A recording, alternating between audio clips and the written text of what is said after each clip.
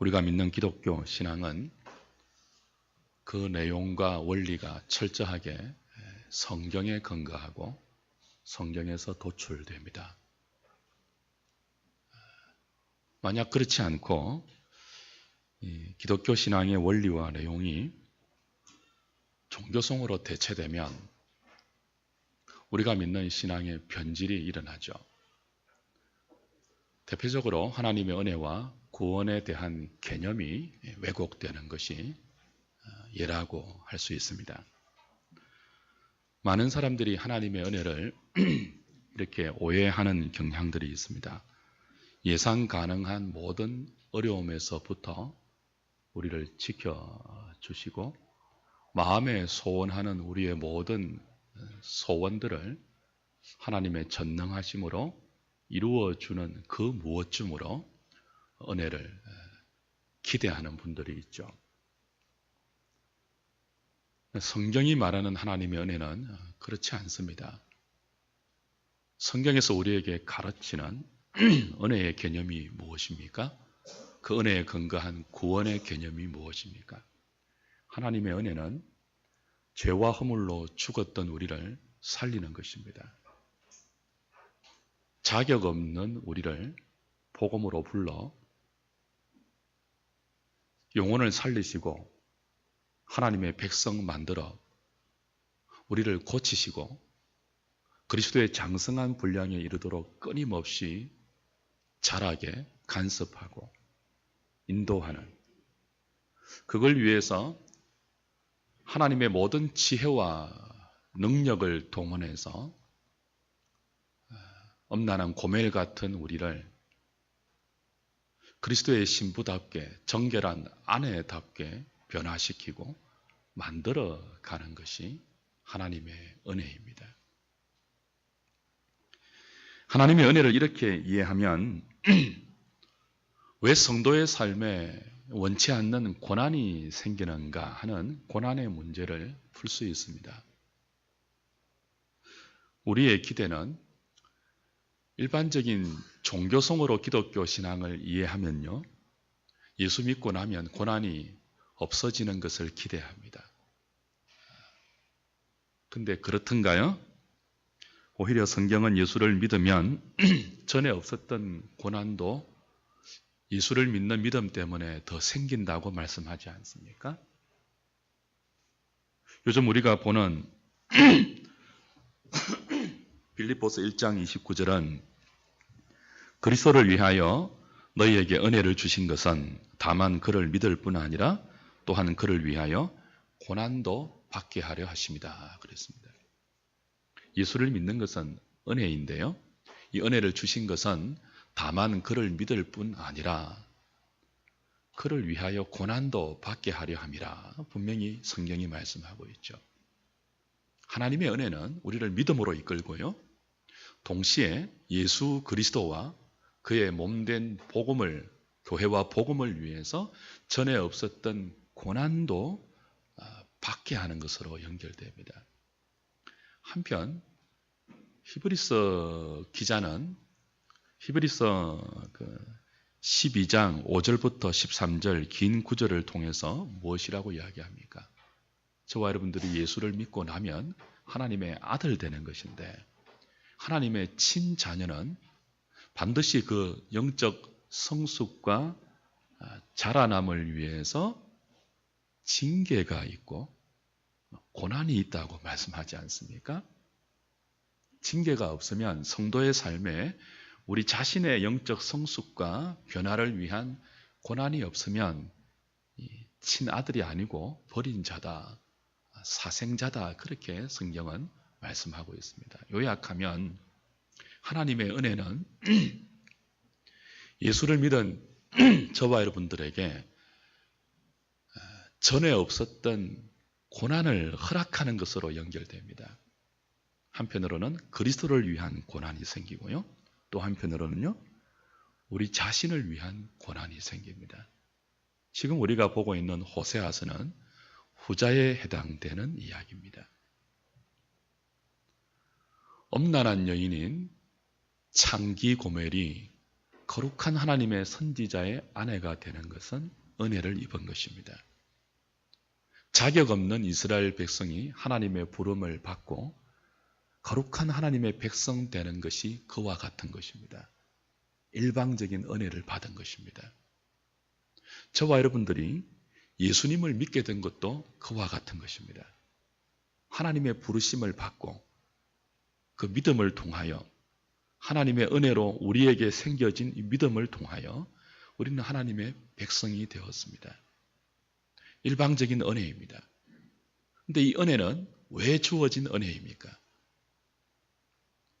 계속 우리로 하여금 하나님을 알지 못하던 때, 그 은혜를 입기 이전의 때에 육체의 소욕을 따라 행하고 정욕을 따라 살며 자기밖에 몰랐던, 자기가 왕이 되어 자기 왕국을 건설하며 살았던 그와 같은 삶을 계속 유지한 채 모든 예상 가능한 어려움을 은혜란 이름으로 막아주고, 그리고 그 이전보다 더 우리가 소원하는 바를 강력한 하나님의 능력으로 이루어주기 위해서가 아닙니다.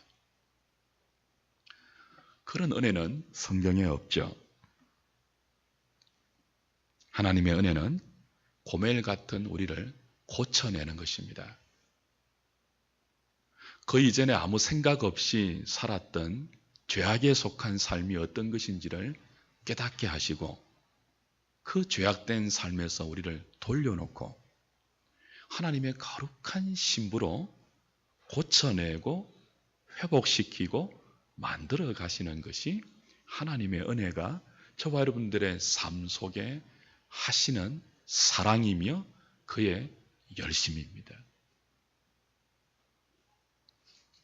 그렇기 때문에 하나님의 은혜는 필연적으로 성도의 삶에 여전히 존재하는 타락한 본성과 음란한 죄성을 깨트리고 부수는 간섭으로 등장하죠. 그게 우리의 삶에 종종 고난이 생기는 이유입니다. 하나님의 은혜는 예수 믿고 나서도 하나님의 은혜를 날마다 입고 살면서도 여전히 타락한 본성의 경향을 이기지 못하고 그 옛 습성을 쫓아 살기를 잘하는 우리를 그냥 내버려 두는 것이 아니고요. 그런 우리들을 부수는 것입니다. 그래서 타락한 우리의 본성, 이거 성경은 강력한 육체의 소욕이라고 그럽니다. 이건 희미한 흔적 정도가 아니고요. 강력한 욕망으로 여전히 우리 안에 남아 있습니다. 하나님의 은혜를 입고 나서도 여전히 이 타락한 본성이 우리를 이끄는 옛 습성을 쫓아 살도록 만드는 욕망은 소욕입니다. 강력한 열망입니다. 그걸 하나님은 은혜로 우리의 삶에 간섭하셔서 부수고 그걸 이기도록 역사하시죠. 하나님의 이 은혜의 간섭으로 우리에게 있는 육체의 강력한 소욕들을 말씀의 원리로 제어하지 않으면요, 예수님을 믿는다고 하면서 우리는 여전히 하나님의 뜻이 아니라 자신의 이기적 욕망을 따라 살고 거룩한 하나님의 뜻을 외면한 채 화로부터 보호받고 이전보다 더 많은 복을 보장받는 것으로 기독교 신앙을 왜곡시킬 수 있습니다. 이른바 부적신앙이 되는 것이죠. 여러분, 부적신앙이 무엇인지 아시죠? 부적이 뭐예요?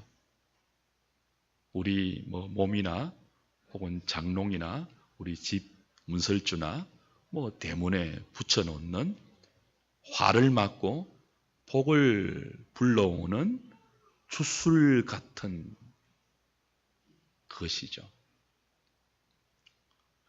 부적 신앙에는 그 인격적 헌신이 필요 없습니다. 부적 신앙에는 자신의 삶이 변화되는 변화가 필요 없습니다. 회개가 필요 없습니다. 단지 뭐예요? 그런 효험이 있다고 믿는 부적을 돈으로 주고 사서 내가 어떻게 살든지 상관없이 그냥 붙이면 돼요. 내 삶의 주변에 붙여놓으면 돼요. 여전히 악하게 살고, 여전히 추하게 살고, 여전히 이기적으로 살고, 여전히 더럽게 살아도요, 그 부적만 붙이면 화가 미치지 않는 거죠. 그 부적만 붙여놓으면요, 복이 들어온다고 믿는 거죠. 얼마나 저급한 신앙입니까? 얼마나 저속한 신앙입니까? 근데 자칫 저와 여러분들의 신앙이 성경에 근거하지 않고 타락한 종교적 본성에 근거하면요, 우리는 신앙이란 이름으로 우리의 믿음을 부적신앙쯤으로 전락시킬 수 있다는 거예요. 그리고 이건 실제적으로 이스라엘 역사 가운데 호세아 시대에 호세아를 통한 하나님의 지적으로 드러났던 것이고 일어났던 현실이었습니다. 오늘 본문 2장 16절을 보면 이스라엘이 지금 하나님을 내 남편이라고 부르지 않고 내 바알이라고 부르고 있는 것을 알 수 있습니다.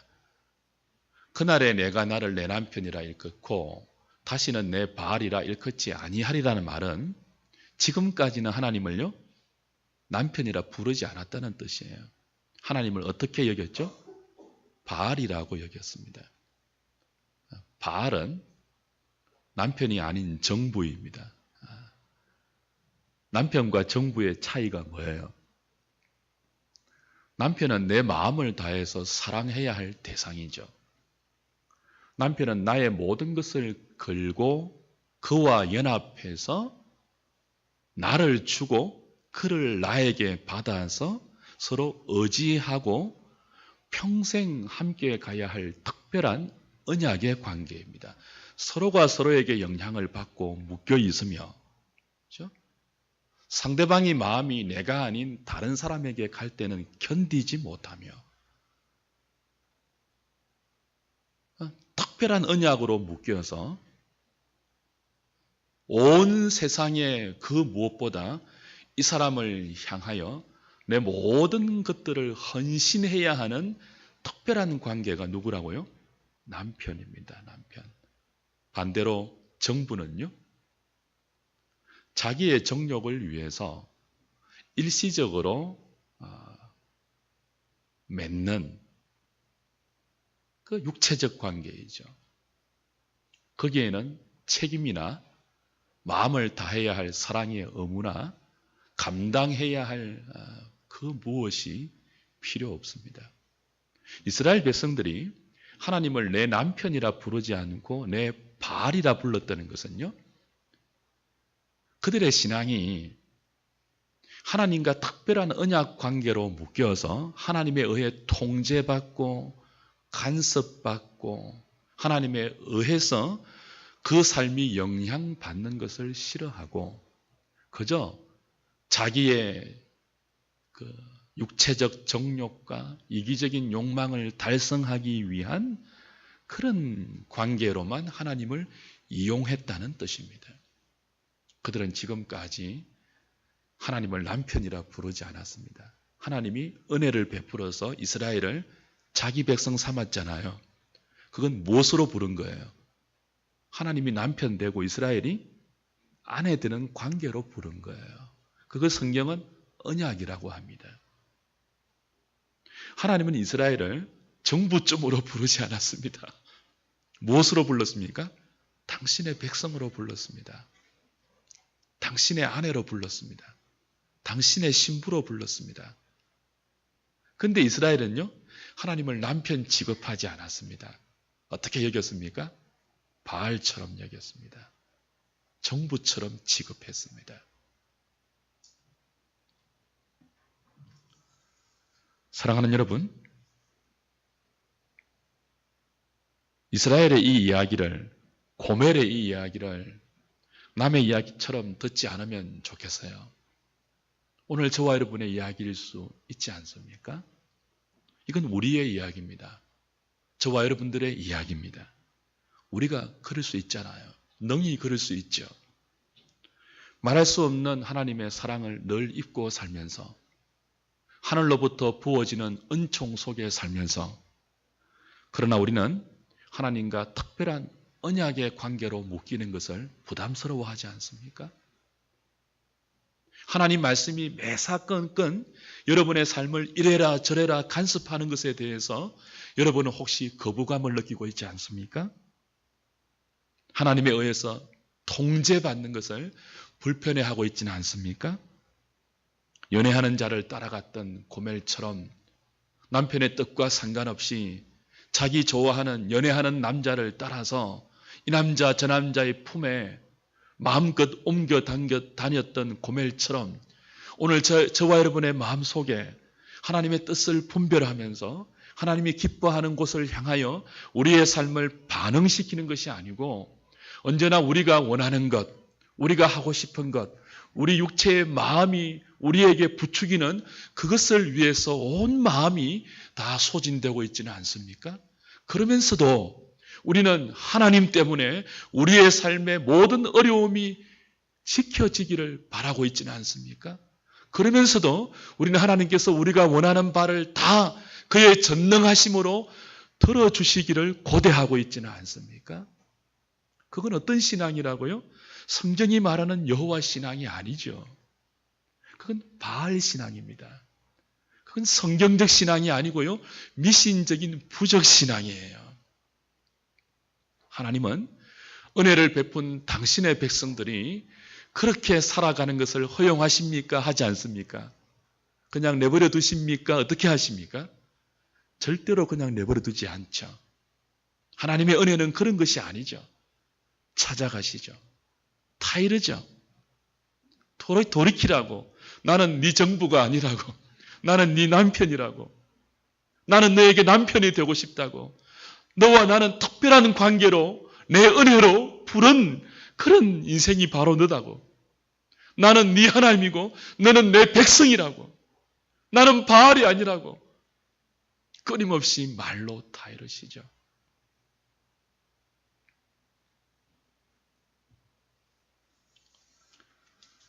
근데 고멜이 잘 듣지를 않습니다. 이스라엘 백성이 잘 듣지를 않죠. 그때 하나님이 하시는 방법이 뭐였죠? 우리 지난번에 보았습니다만 오늘 본문은 다시 한번 그걸 이렇게 강조하고 있습니다. 14절부터 17절까지 한번 보겠습니다. 14절부터 17절까지입니다. 같이 읽을까요? 시작.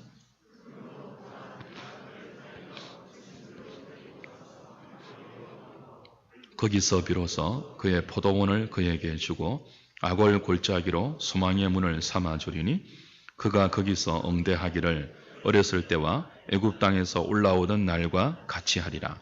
여호와께서 이르시되 그날에 내가 나를 내 남편이라 일컫고 다시는 내 바알이라 일컫지 아니하리라. 내가 바알들의 이름을 그의 입에서 제거하여 다시는 그의 이름을 기억하여 부르는 일이 없게 하리라. 하나님께서 자기 백성이 하나님을 남편처럼 여기지 않고 바알처럼 취급하고 정부처럼 취급하는 부적신앙에 빠졌을 때 그들의 신앙이 타락한 종교성에 근거해서 왜곡되고 변질되었을 때 처음 하시는 방법은 다 이러는 것입니다. 선지자를 통해서 다 이러는 것입니다. 너희들 그러면 안 된다. 언약에 근거해서 다 이러는 것입니다. 근데 그들이 그 타이름에 반응합니까? 안 합니까? 반응하지 않죠. 여전히 죄악된 길을 고집하죠. 그때는 어떻게 하신다고요? 말로 타이르다가 듣지 않으면요, 거친 들로 데려가시죠. 거친 들이 어디입니까? 우리의 거짓된 믿음을 고치는 특별 장소입니다. 이스라엘로 치면 70년 바벨론 포로 생활을 의미한다고 볼 수 있습니다. 나라가 망하고 나라가 빼앗기고 바벨론 포로로 잡혀가 70년 동안 소망 없이 사는 거예요. 이 거친 덜입니다. 하나님을 남편 취급하지 않고 하나님을 바알처럼 여기면서 하나님을 정부처럼 취급했던 이스라엘을 고치고 회복하여 다시 하나님을 내 남편이라고 부르게 하는 하나님의 방법은요, 거친 들로 그들을 데리고 가는 것입니다. 거기서 말로 위로하는 것입니다.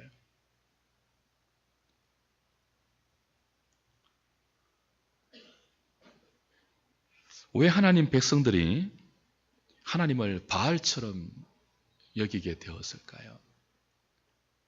왜 하나님을 그렇게 우상처럼 여기게 되었을까요? 이유는 딱 하나입니다. 말씀을 듣지 않아서 그렇습니다. 근데 왜 이들이 말씀을 듣지 않았습니까? 하나님은 말씀하지 않은 때가 없잖아요. 하나님 늘 말씀하시는 분이거든요. 쇠마 이스라엘, 들어라 이스라엘, 늘 말씀하시는 분이거든요. 근데 왜 이들이 그 말씀을 듣지 못했을까요? 안 들렸던 거죠. 귀에 안 들렸고 마음에 안 들렸던 거죠. 왜 안 들렸을까요? 그들이 듣고 싶은 말이 아니어서 그렇습니다. 모든 성경은 하나님의 감동으로 된 것으로 교훈과 책망과 바르게 함과 의로 교육하기에 유익한 말씀입니다. 하나님 말씀은 우리에게 뭐예요? 교훈하는 말씀이고요. 책망하는 말씀이고요. 바르게 하는 말씀이에요. 의로 우리를 인도하고 교육하는 말씀이에요. 근데 죄인 되는 우리의 본성은 이런 말씀을 싫어하죠.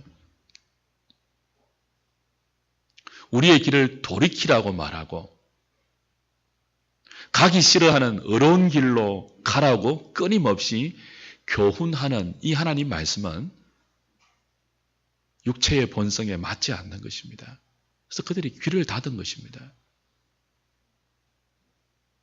그러니 믿는다고 하면서 겉으로 종교적인 생활은 열심히 하는데 정작 그 신앙의 핵심적인 관건이 되는 하나님 말씀에 귀를 닫으니까, 말씀의 영향을 받지 않으니까, 그 말씀으로 자신들의 신앙을 이끌어가지 않으니까, 이게 겉은 무성하지만 정작 그 속은요, 부적신앙이 되어 있는 거죠.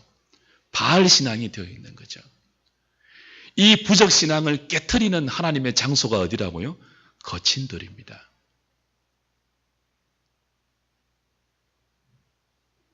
하나님이 주신 모든 복과 은혜로 여전히 죄악된 길을 고집하고 그 죄악된 길을 질주하고 있다면 하나님의 은혜는 그걸 막으시는 것이 당연하죠. 하나님이 주신 것으로 하나님을 위해 살지 않고 정부를 위해 산다면, 바알을 위해 산다면 주신 모든 것을 거두어 가시는 것이 맞죠. 그게 거친 덜입니다. 70년 포로 생활입니다. 다 거두어 가시는 것입니다. 힘이 없어야 죄를 못 지으니까요. 가는 길을 막아야 그 엄난한 길로 가지 못하니까요. 거친 덜입니다. 거친 덜에서 뭐 하죠? 말로 위로하신다고 합니다. 말로 위로한다는 히브리 원문의 뜻은요, 마음 위에 말씀을 주겠다, 그 뜻입니다. 마음 위에 말씀을 주는 거예요. 어디에서요? 거친 들에서 말입니다. 지금까지 이스라엘 백성들은 하나님의 타이름을, 말씀의 타이름을 받지 않았습니다. 그 마음으로 받지 않았습니다. 듣지 않았습니다. 그래서 여호와 신앙을 바알 신앙으로 변질시켜 버렸고요. 성경적 신앙을 부적 신앙으로 왜곡시켜 버렸죠. 하나님 그걸 깨트리시는데 거친 들에서 깨트려 깨어진 마음에, 부서진 마음에 비로소 하나님 말씀이 들리도록 하시겠다는 것입니다. 은혜가 하는 일입니다. 고난이 우리의 삶에 하는 기능이 그와 같은 기능입니다. 주 안에 사랑하는 여러분, 어쩌면은 저와 여러분들도 거친 들을 통과하지 않으면 하나님 말씀을 말씀답게 여기지 않고 올바른 신앙 훈련을 하지 않으려고 하는 완악한 사람들인지 모르겠습니다. 그런 것 같습니다. 우린 참 목이 곧습니다. 우린 우리의 생각보다 훨씬 완악합니다.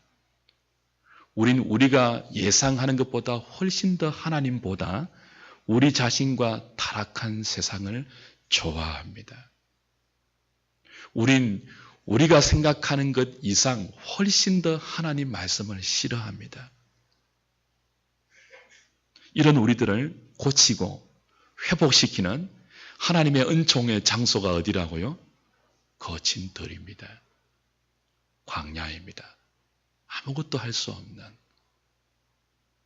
내가 가진 힘, 내가 가진 능력, 자격, 경험, 인맥, 동원할 수 있는 모든 수단, 방법, 그것이 무용지물이 되는 곳, 발버둥 치면 발버둥 칠수록 자신이 얼마나 연약한 존재인지 한계 상황만 절실히 느낄 뿐인 거친 덜, 거기에서 우리는 비로소 나란 존재는 떡으로만 사는 것이 아니구나, 하나님의 입에서 나오는 말씀으로 사는 존재이구나. 이스라엘 백성들이 광야에서 그 훈련 받았지 않습니까? 우리도 어쩌면 그런 것 같아요.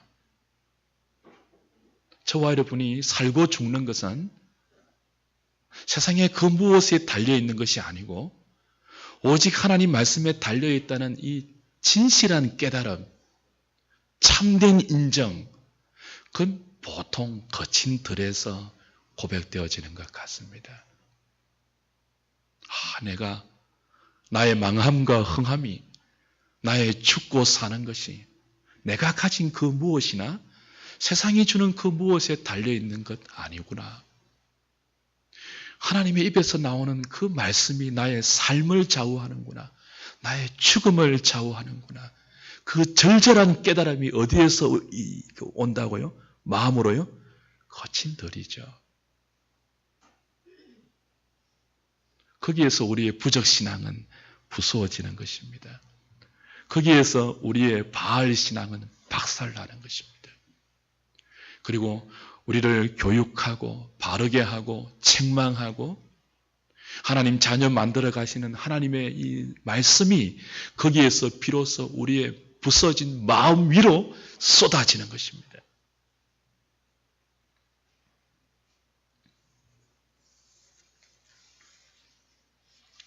이때 돌이키는 것이 얼마나 중요합니까? 지금까지 내 신앙이 얼마나 엉터리였는가.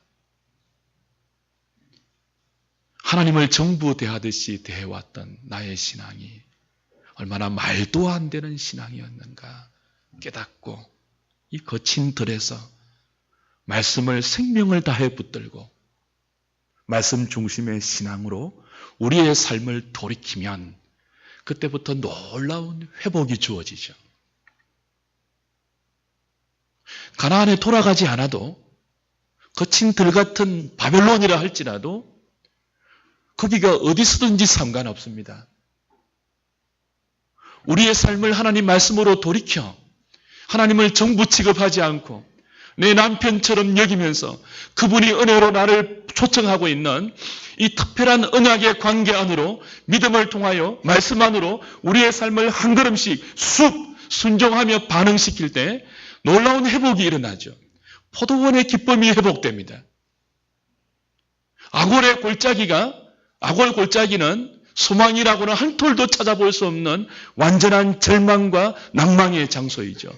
그런 완전한 절망의 아골 골짜기 같은 우리의 거친들이 하나님 말씀을 마음으로 받고 그 말씀에 반응하여 하나님을 남편으로 인정하면서 그분의 이끄심대로 살겠습니다. 그 말씀에 이끌려 우리의 삶을 순종시켜 나가는 순간 아골 골짜기가 소망의 문이 되는 것입니다. 하나님이 회복하시는 방법이에요. 가장 놀라운 하나님의 회복이 뭡니까? 우리에게 장가 드시는 거죠, 하나님이. 19절, 20절 보십시오. 같이 읽을까요? 시작.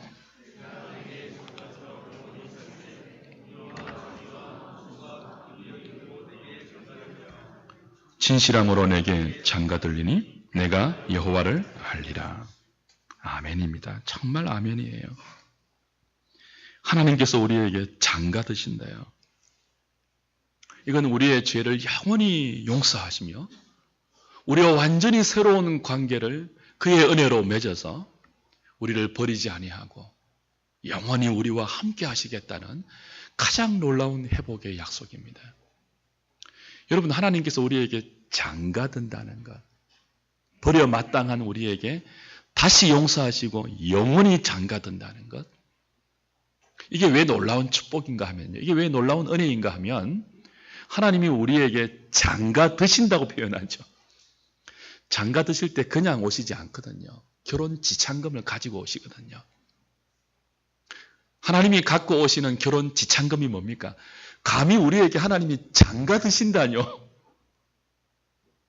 뭘 보고 우리에게 장가드십니까?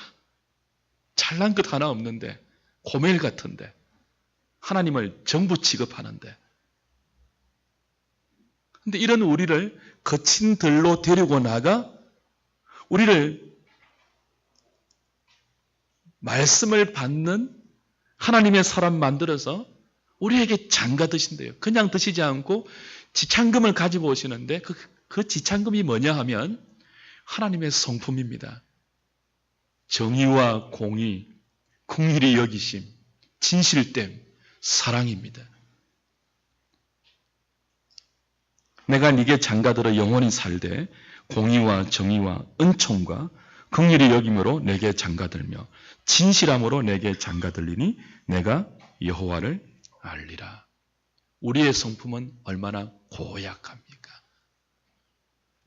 얼마나 패역합니까? 우리 성질이 얼마나 더럽습니까? 이런 우리에게 하나님이 장가드실 때 이런 고약한 성품을 가진 우리에게 하나님의 성품을 지참금으로 주시면서 영원히 같이 살겠다는 것입니다. 여러분, 하나님의 가장 놀라운 회복이 무엇입니까? 거친 들에서 마음으로부터 하나님 말씀을 받고 하나님께 돌이키는 사람들에게 하나님이 내리시는, 허락하시는 가장 놀라운 복이 뭡니까? 우리의 더러운 마음 가운데 하나님의 성품이 심겨지는 것입니다. 정의와 공의와 은총과 긍휼히 여김과 진실됨이라는 하나님의 성품, 그것이 우리의 못된 성품 가운데 은총으로 부어지고 심겨지는 것입니다.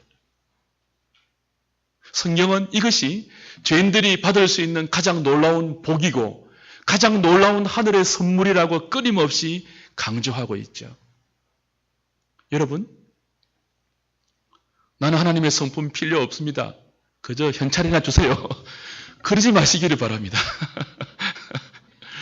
저 그런 분들 너무 많이 봤거든요. 근데 하나님이 저와 여러분들에게 돈 주는 것은 그리 어렵지 않습니다.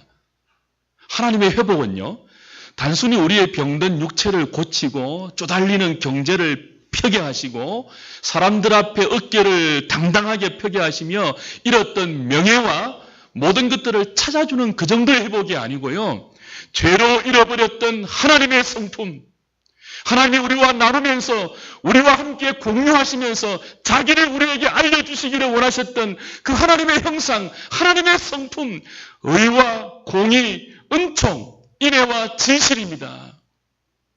이걸 우리에게 주시는 것이 가장 놀라운 하나님의 복입니다. 그걸 거친 들에서 그 마음으로 말씀을 받는 자들에게 하나님이 약속하고 있습니다. 이건 절대로 간단히 되는 게 아님을 알잖아요, 우리가. 이건 쉽게 되는 것이 아니잖아요. 그래, 받아라. 알아, 줄게. 이게 아니잖아요. 그냥 줄 수 있다고 쑥 들어오는 게 아니잖아요.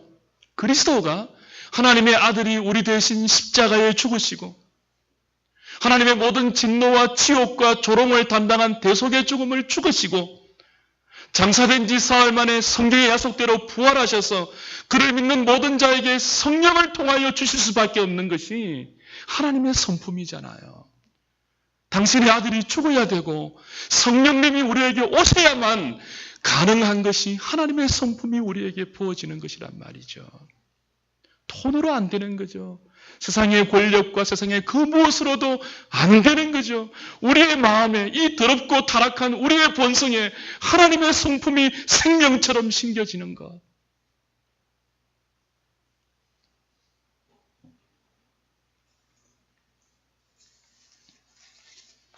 그것이 바로 거친들에서 말씀을 우리의 마음에 부어 우리를 고치는 하나님의 회복입니다. 이 복을 누리는 저와 여러분 되기를 바랍니다. 그러려면 어떻게 해야 될까요? 꼭 고난을 만나야 될까요? 꼭 거친들이 되어야 할까요? 꼭 여러분의 모든 것이 빼앗기고 아무것도 없는 빈털터리가 되어야만 될까요? 그럴 가능성도 있죠. 그러나 그렇게 되는 것은 얼마나 미련한 것입니까? 신약 성도의 가장 큰 복이 무엇입니까? 성경 말씀을 우리의 경험으로 다 경험하지 않고도 믿음으로 이걸 우리의 것으로 만들 수 있다는 것입니다. 여러분, 거친들의 실제적으로 여러분의 삶에 거친들이 오지 않는다 할지라도 어떻게 살면 됩니까? 마치 거친들에 있는 것처럼 사시면 됩니다. 죽을 고난을 당한 사람처럼 여러분의 삶에 고난이 없는데도 죽을 고난을 당한 사람처럼 하나님만 의지하시면 되는 것입니다. 여러분의 삶을 자발적으로 거친들로 만드시면 되는 거예요. 저는 여러분이 이 처절한 거친들의 고난 없이 믿음으로 주어지고 선포되고 우리에게 가르쳐지는 하나님 말씀을 받고 마치 고난당한 사람처럼 마음을 가난하게 만들고 애통하게 만들고 온유한 마음으로 만들고 세상에 줄인 마음이 아니고 하나님과 의에 대해서 줄이고 목마른 마음으로 만들 수 있다면 굳이 저와 여러분들이 거친들로 가지 않아도 광야로 내팽개치지 않아도 지금 있는 이 자리에서 얼마든지 우리는 하나님이 약속하신 이 놀라운 회복의 주인공이 될 수 있을 것으로 믿습니다. 마음을 가난하게 만드십시오. 하나님 없으면 아무것도 못하는 사람처럼 구걸하는 거린처럼 헐떡이는 마음으로 하나님 앞에 나아가십시오. 여러분 속에 있는 죄를 보시고 우리 인생을 이렇게 비참하게 만드는 죄를 끌어안고 십자가 밑에서 젖은 눈으로 애통하십시오. 여러분의 삶의 그 무엇이 여러분의 마음을 이렇게 가난하게 만들지 못하게 하고 있습니까? 여러분의 삶의 그 무엇이 여러분의 눈에, 우리의 눈에 마땅히 흘러야 할 이 애통의 눈물을 막고 있습니까? 그것이 무엇이든지 우리의 마음을 교만하게 만들고 우리의 마음을 하나님 앞에 철저하게 낮은 마음으로 만들지 못하는 우리의 이 모든 것들을 하나님 앞에 구하여 다 내려놓고 굳이 거친들로 가지 않아도 굳이 어려운 고난을 겪지 않아도 하나님 말씀만으로 충분히 고난받은 사람처럼 우리를 겸손하게 낮추고 가난하게 만들어서 하나님의 놀라운 회복의 주인공들 되실 수 있기를 우리 주님의 이름으로 당부드립니다.